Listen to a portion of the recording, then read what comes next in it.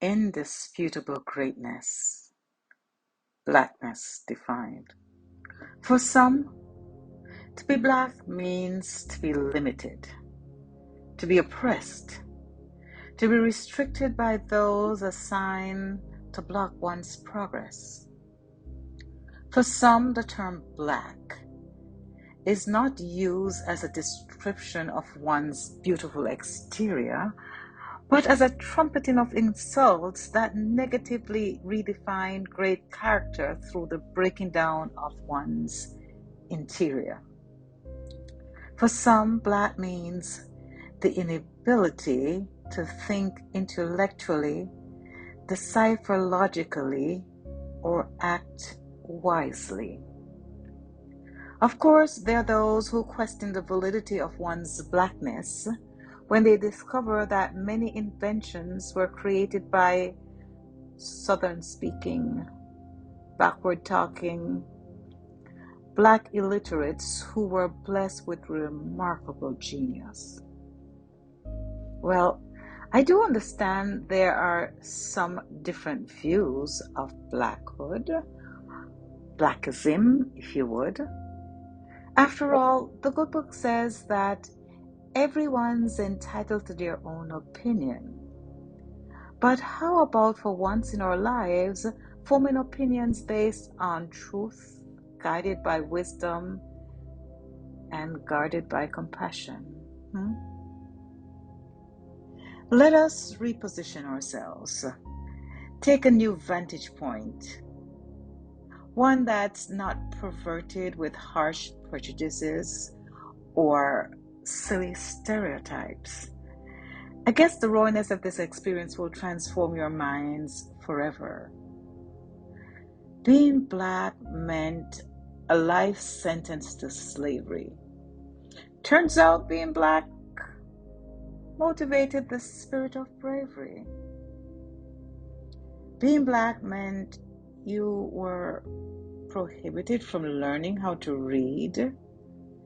Turns out, illiterate or not, black folks love to be in the know, so they mastered the art, even if it meant having to bleed. Being black meant being less. But from the seed of less came farmers, nurses, doctors, lawyers, fashion designers, professors, teachers, preachers. Oh, and let's not forget, presidents. Less, they say. I say more like blessed. Being black was later redefined as equal with all, but at a ratio of 3/5 to 1? I think not.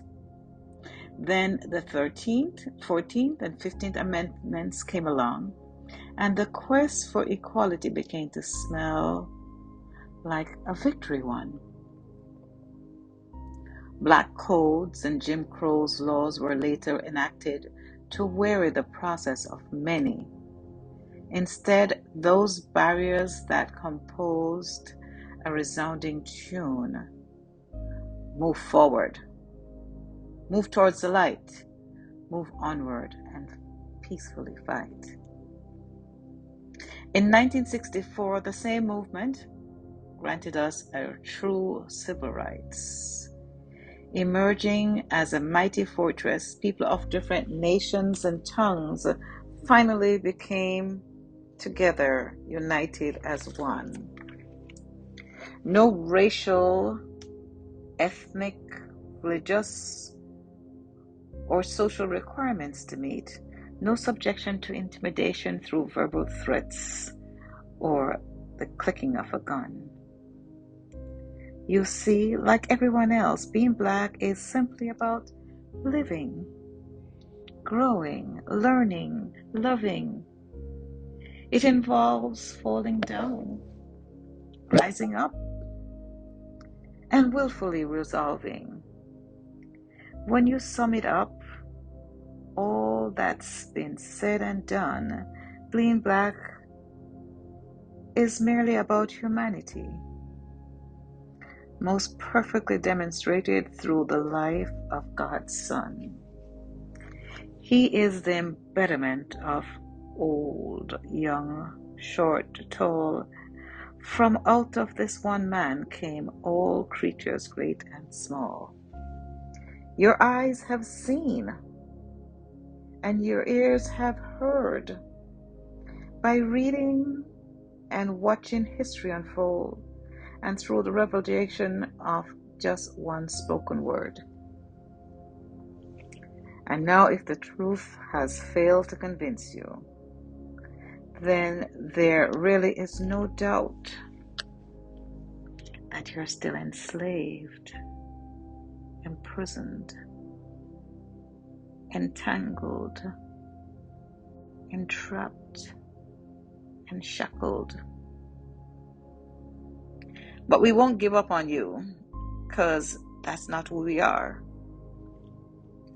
So would love to continue to pray for you, that one day when you see the light,